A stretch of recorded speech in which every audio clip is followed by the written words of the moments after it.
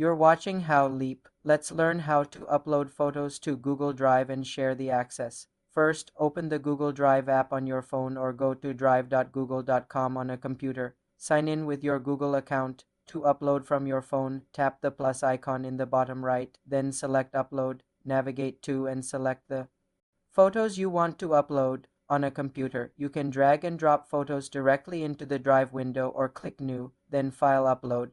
Once uploaded, to share a photo or folder, tap the three dots next to the file's name or press and hold the file on mobile. Select Share from the menu. In the Share dialog, you can add people by entering their email addresses. You can also tap Get Link to create a shareable link. Tap the link settings to change the access level. Choose Viewer for read only, Commenter to allow comments, or Editor to allow changes. You can also set the link to be restricted to specific people or accessible to anyone with the link. Add a message if you want, then tap Send or Copy Link. The recipient will get an email or can use the link to access the file.